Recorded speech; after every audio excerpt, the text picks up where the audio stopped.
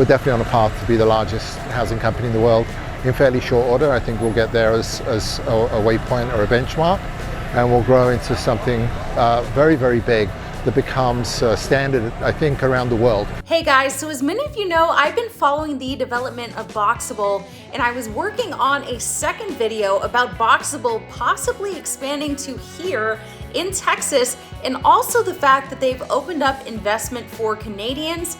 But then I broke my leg just a week ago, and so I haven't been able to release that video until now. So hopefully you'll enjoy this video, just some updates about their future plans.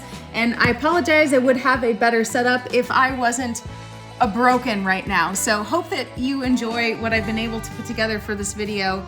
And here we go. 15 months ago, we turned on the factory. The first product, I think, literally took 2 months to make. As you can imagine, it was just starting up the production line. 14 months later, we'd made 300 homes from a standing start. Obviously, we're rolling quickly now and accelerating into the thousands of homes. And we started with 170,000 square feet, which is pretty big by most people's standards. We've just picked up another 130, so we're at 300. How many BOXABLs can we make out of that? I'll give a really broad range of, I would say, between probably 5,000 and 8,000 homes. So that will tide us over until we get to BOXILLA, which is our name for our first giant factory. And that will be either in Texas or North Las Vegas. So we're talking to both states. Yeah, so we'll be going out there from some top secret meetings. We have a couple, 3 really cool things lined up, and we'll be bringing in our engineering team and some of our senior execs to have some discussions, and we'll see where it goes. We love Texas. We love the freedom of Texas. We love the freedom of Nevada. So while Carrie and I were at the International Builders Show, we got a sneak peek at Factory 2. And Paulo tells me they're also working to sign for Factory 3, which will be in the same vicinity as Factory 1 and 2 there in North Las Vegas. When all is said and done, these 3 factories should give them about 400,000 square feet of factory space. So like you can see, kind of starting here, they're moving a lot of the equipment and products that we use over here. Behind you, you can see a lot of the shelving and racking is starting to go in. So that's going to be eliminated from Factory 1, allow us to place everything over here and kind of do the prep work on this side, and then be able to redesign our Factory 1 layout to improve our production line, our current production line, and maybe even double up on production line. Okay, so no production will be in Factory 2. Not as of right now, there are no plans for production to be in Factory 2. Being that the roads are so wide and we have easy access to Factory 1, we can basically move all the materials over here with like a forklift, or just load it onto a little trailer and then kind of bring loads at a time. They're also working on a mega factory called BOXILLA, which should be in the Nevada area as well, kind of like GIGA Texas. That factory will be our first regional factory, and it should be somewhere between 2 and 6 million square feet, which is pretty huge. But that's still not as big as GIGA Texas here in Austin, Texas. The Tesla global headquarters covers 2,500 acres along the Colorado River with over 10 million square feet of factory floor. And we learned that BOXABL is now open to Canadian investors, so I asked Carrie Tarno, who I met at IBS and is sort of a tiny home expert, about what this means because he is from Canada. Tell me what your reaction is as a Canadian and someone who's been following BOXABL for a while. Well, so my reaction, I saw that they were opening up investment to Canadians, right? That's what you're talking about. I think people will be excited because it's just another option. Stuff's even more expensive here, not than the coastal cities in the States, but the housing market's pretty crazy up here in Canada, and everything's expensive. So any options that we can get our hands on up here, even though it's just investment at this point, I think people are going to be excited about it. What they're really going to be excited about is when we can actually get the homes up here, though. Well, and also when we can get the homes here, because as we know, there's over 160,000 people on the wait list, and you know, they're not at scale to deliver homes to us yet. Do a lot of Canadians even know about BOXABL? That's a good question. My audience isn't hugely Canadian. I've got about 10% of my audience is from Canada. I think it's definitely more popular in the States, so I'm not sure how many people up here know about it yet. That is interesting. So now that it's open to Canadians, are you looking to invest? I probably would, but I don't like to invest in things that I talk about. I just think it kind of limits what I would feel comfortable saying about the company. Like I wouldn't want to talk. I like talking about BOXABL. It's one of some of my most popular videos. But if I was invested in BOXABL, then it would almost seem like a conflict of interest to me, and I would want to then talk about it less, which I don't know if that would make sense for me to do at this point. Fair, fair. What do you think about, because I'm obviously here in Austin, Texas. Yay, I finally moved here. Nice. They're looking to possibly expand here. I'm sure that Paolo told you that too. So what do you think about BOXABL expanding from Nevada into other business friendly states like Texas?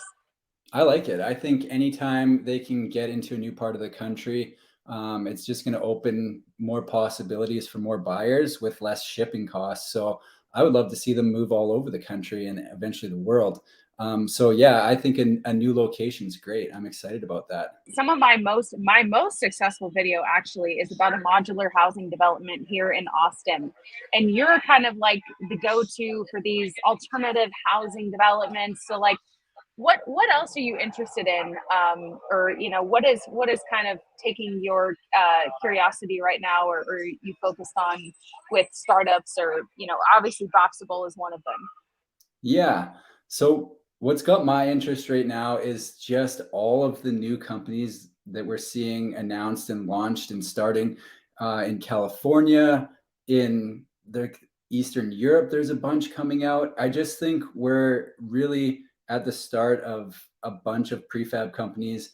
Not all of them are going to make it, but right now, with the amount that are being announced and launched, it's just really exciting to see the different options that are going to be available, who they're available to, and how they're going to get them to people. So I've just been following it close. Like anytime there's something new, I've been starting to go see some of the places in person.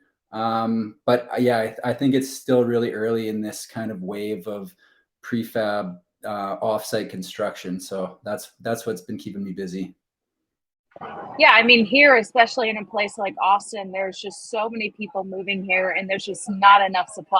So, we need solutions, and we need solutions fast because of Yeah. the growing economy and the growing workforce. So do you see a lot of that same issue in Canada where you are? Yeah, we do.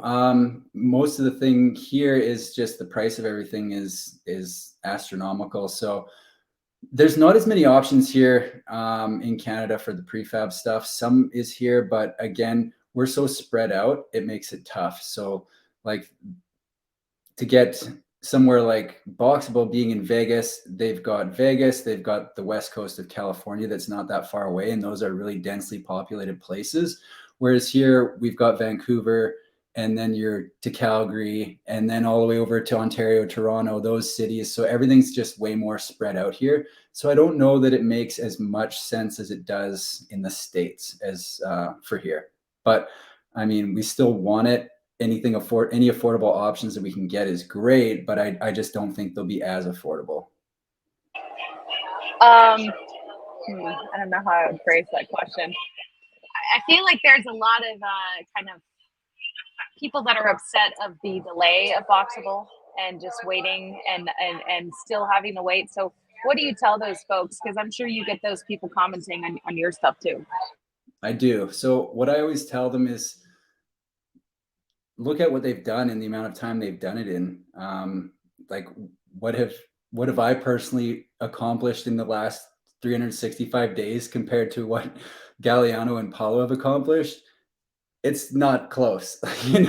Like they're getting a lot of stuff done. They opened their first factory. They opened their second factory. They're talking about the BOXILLA factory that's going to be 1 million square feet. This is all happening in 2 or 3 years.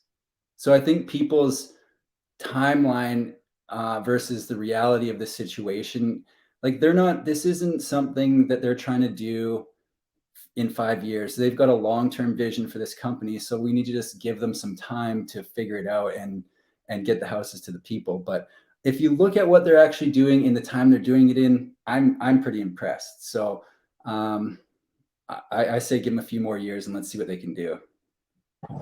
Seems like there's always a wait, right? We're waiting on the Cybertruck. I don't know if you know what that is too, but Yes, I there's do. Yeah, I know what that is. plenty of reservation holders, and that also delayed. But good Yeah. things come to those who wait, or I don't know what the saying is.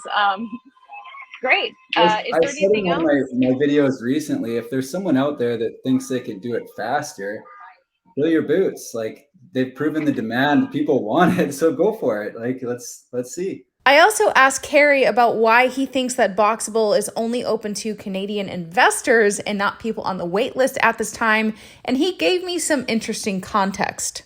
It's only open for investment to Canadians. It's not open to like ordering for Canadians.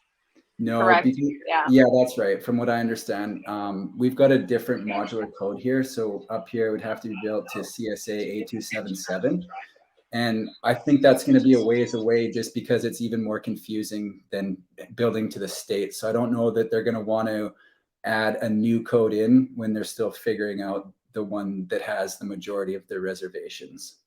Okay, there's some context I didn't know. Interesting.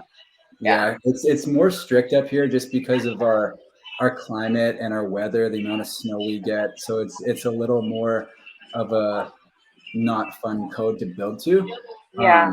I used to buy manufactured homes out of Oregon, and a lot of times I think they actually stopped doing it because it was just more confusing for them. They would rather just build the stuff for the States rather than mix in one or two for Canada every couple of weeks kind of thing.